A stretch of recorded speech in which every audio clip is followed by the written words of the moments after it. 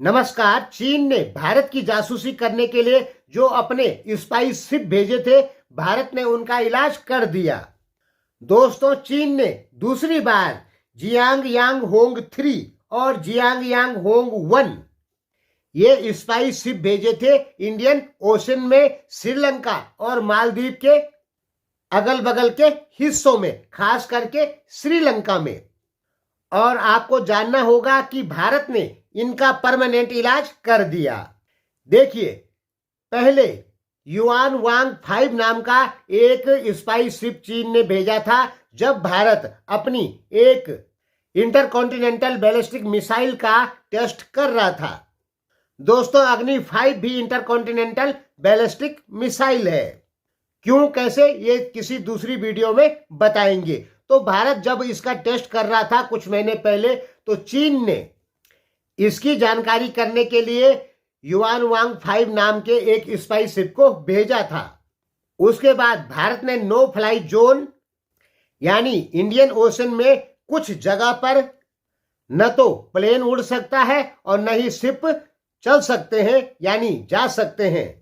तो उसके बाद युआन वांग 5 जो है वो वापस चले गया था। लेकिन इस बार जियांग यांग होंग 1 और जियांग यांग होंग 3 ये आए थे फिर ये जासूसी करने के लिए कि भारत कर क्या रहा है मिसाइलों के मामले में। लेकिन दोस्तों, इस बार इनका ऐसा इलाज हुआ है कि आप भी या आपने जहां सोचा भी नहीं होगा। आपको पता है कि इस बार भारत ने हजारों फेक डाटा भेज दिए।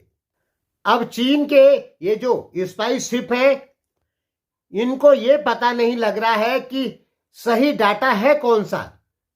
यानी ये आए थे भारत का डाटा चुराने, ठीक है, लेकिन भारत ने फेक झूठे डाटा भेज दिए और ये इतनी संख्या में भेज दिए कि चीन के स्पाई शिपों को या उनकी जो टीम है वो ये पता नहीं कर पा रही है कि इसमें जो डाटा है ये सही है या गलत है। देखिए, भारत की इंटेलिजेंट जो एजेंसियां हैं ये पहले से ही इलाज ढूंढ रही थी।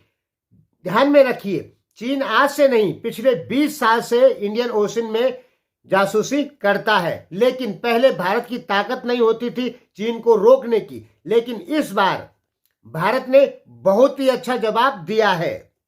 पहले भारत की इंटेलिजेंट एजेंसियां जो है वो चुपचाप देखती रहती थी और सारा काम रोक देती थी ताकि डाटा चीन के पास ना चले जाए। लेकिन इस बार भारत ने काम नहीं रोका बल्कि झूठे डाटा भेज दिए।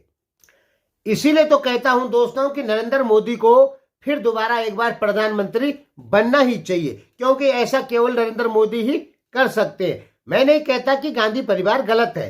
इंदिरा गांधी भी एक महान नेता थी और पूरी दुनिया से अकेले लड़ती रही। राजीव गांधी को भी हम महान नेता मानते हैं, लेकिन राजीव गांधी के बाद जो सरकारें भारत में आई ये एक प्रकार से बिल्कुल कमजोर सरकारें रही हैं जो विदेशी दबाव में झुक जाती है। 2014 के बाद भारत ने झुकना बंद कर दिया।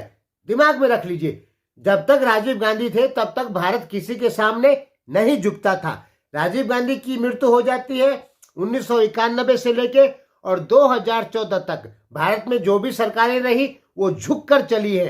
हालांकि इसमें एक अटल बिहारी वाजपेयी थे जो टाइट खड़े रहे विदेशी प्रेशर के सामने। उनके अलावा जितने भी आए ये सब झुके, चाहे वो बीजेपी के रहे हो चाहे वो कांग्रेस के रहे हो। केवल अटल बिहारी वाजपेयी, इंदिरा गांधी, राजीव गांधी और नरेंद्र मोदी ये लोग कभी विदेशी प्रेशर के सामने नहीं झुके।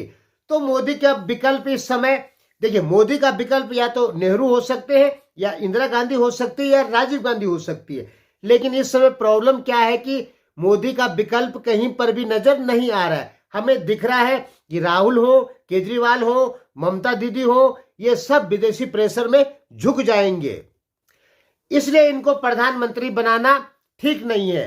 हाँ, मोदी जैसा कोई टाइट आदमी होता है जो किसी भी इंटरनेशनल प्रेशर के सामने ना झुके तो उसको प्रधानमंत्री बनाया जा सकता है। लेकिन है कौन वो आदमी, जरा आप भी बताइए।